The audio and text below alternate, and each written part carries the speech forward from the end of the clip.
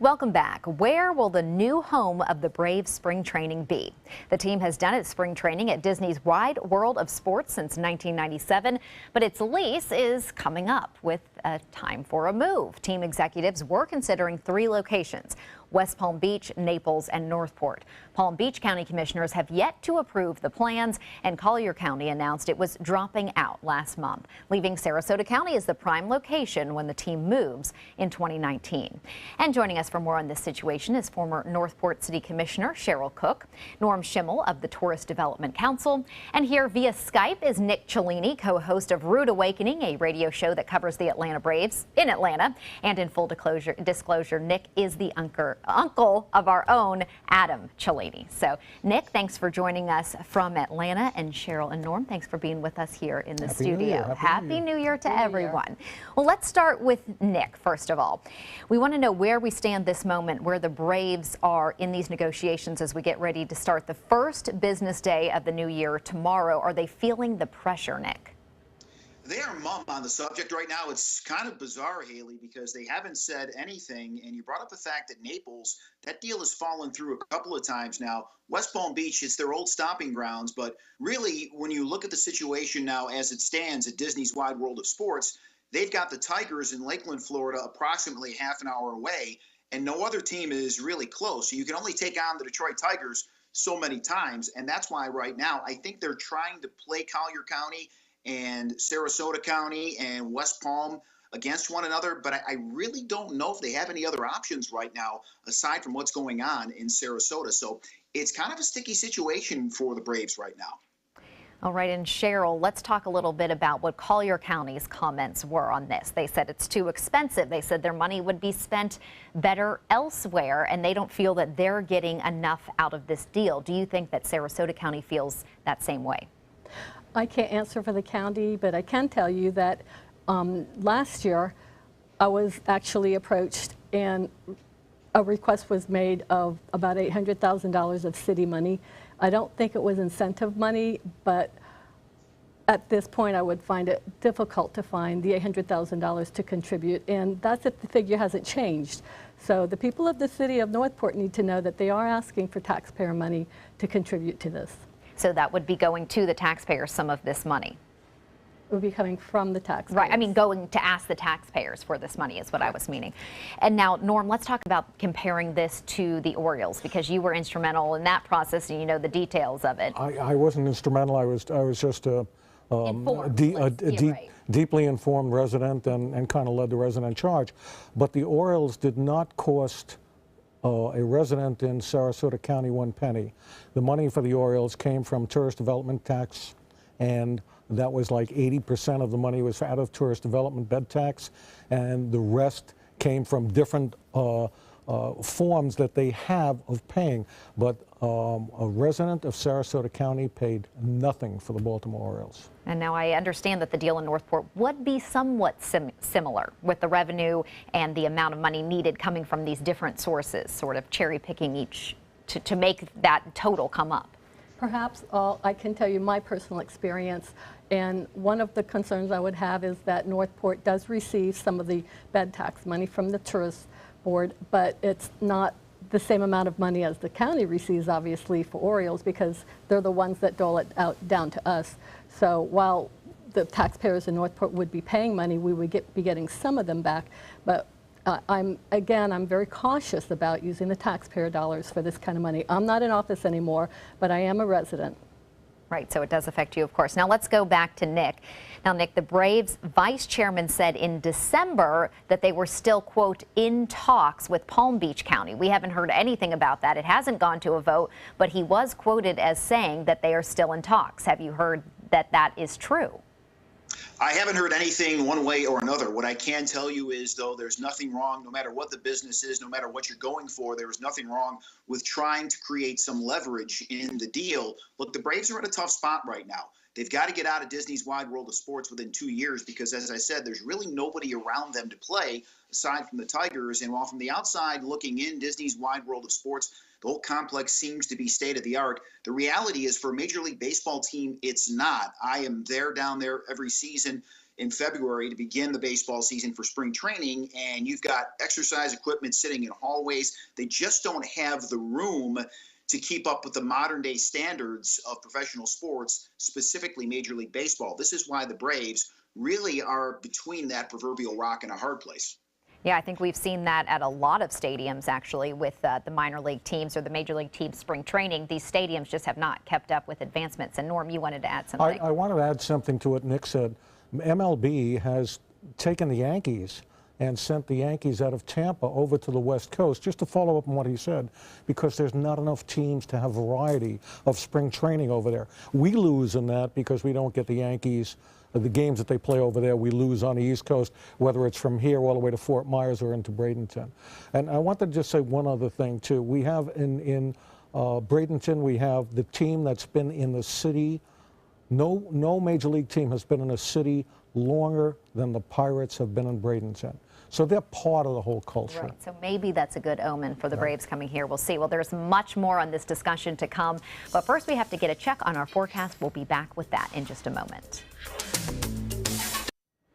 Welcome back. If you're just joining us, we're discussing the prospects of bringing the Braves spring training to Northport. Our guests tonight are Cheryl Cook, formerly on the Northport City Commission, Norm Schimmel of the Tourist Development Council, and joining us via Skype is Nick Cellini, co-host of Rude Awakening, a sports talk show in Atlanta. So thanks to all of you for being here tonight. We continued this discussion.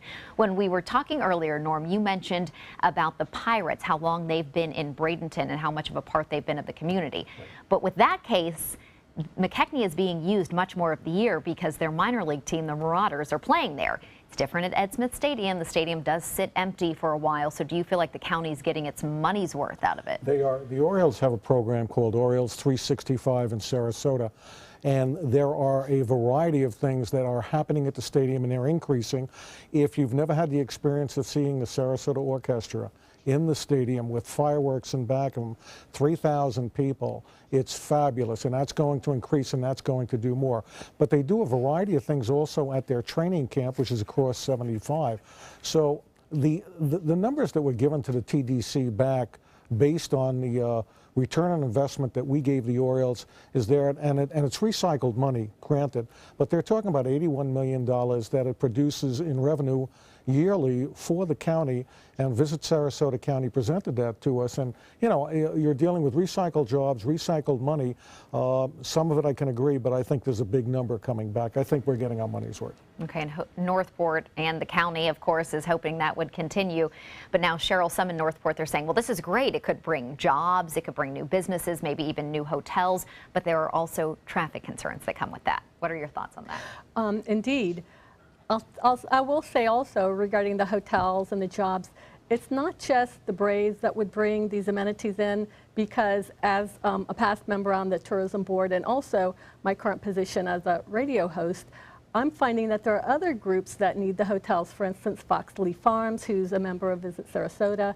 So the Braves would actually add to almost a group think. And so bringing jobs, bringing hotels, I believe that that would be a plus. Traffic is a problem because you have your main street, which is River Road, coming in, and you're only 2 lanes. And I know they're trying to widen part of it, but some of it is just going to be a traffic crunch. I can just see a nightmare.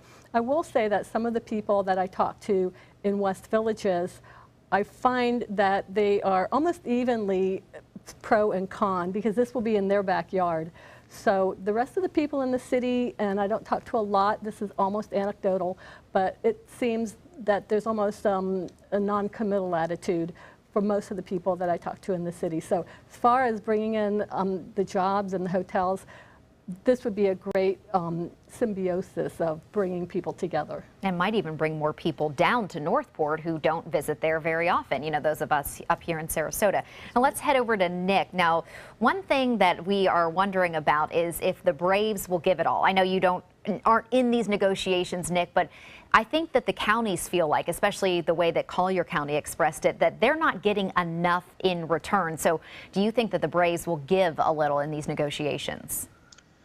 I think they're going to have to. I go back to something Norm talked about with the Orioles situation. It also kind of echoes what the Braves are doing and parallels what the Braves are doing with their major league park, SunTrust Park, the new park they are building here in suburban Atlanta. There's something surrounding it called the Battery. You've got the Roxy Theater, you've got various clubs, you've got live-in areas, and it also goes back to something Cheryl talked about as well. This has to be a year-round acceptance. You can't just have a stadium available for spring training for people to travel down to see for 4 to 6 weeks. There's got to be something else if you're going to be sinking this kind of money into a major investment like this. I think the Braves, based on what they're doing with their major league park, understand this has to be a part of the big picture when they look at a future spring training home. And as we heard in Adam's story, those people in Northport and the city officials in Northport say that the Braves really have to be part of the community. Like you said, they can't just come in for a few weeks and leave. They need to do charitable endeavors. They need to be part of the community. So are they doing that where they are? I know it's a different type of community, but are they doing some of that in Orlando?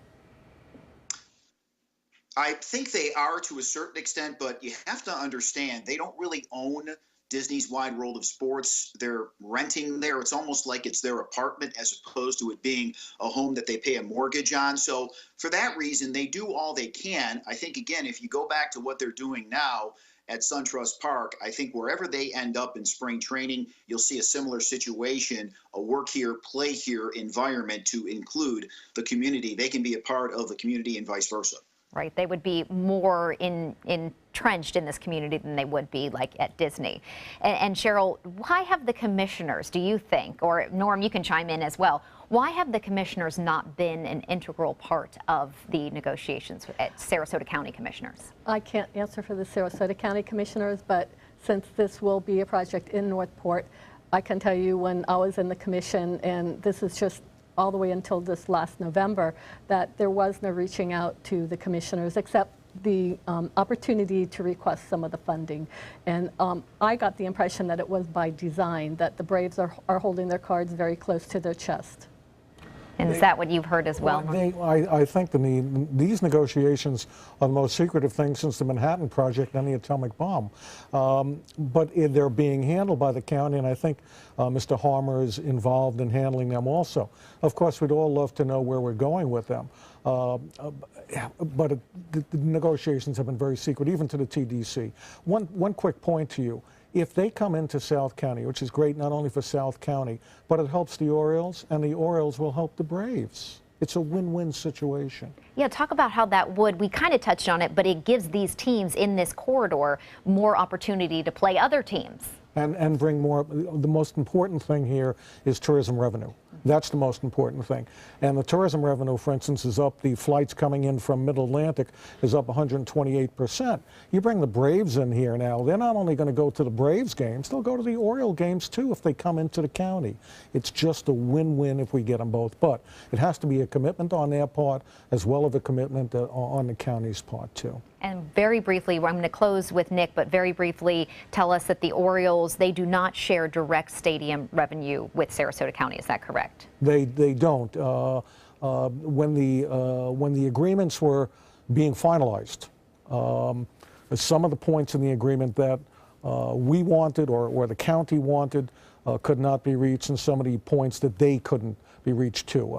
Ex-Commissioner Barbetta was deeply involved in the thing, but no. In the same light too, they're putting money in on a yearly basis too for the upkeep of the stadium. It's not only us.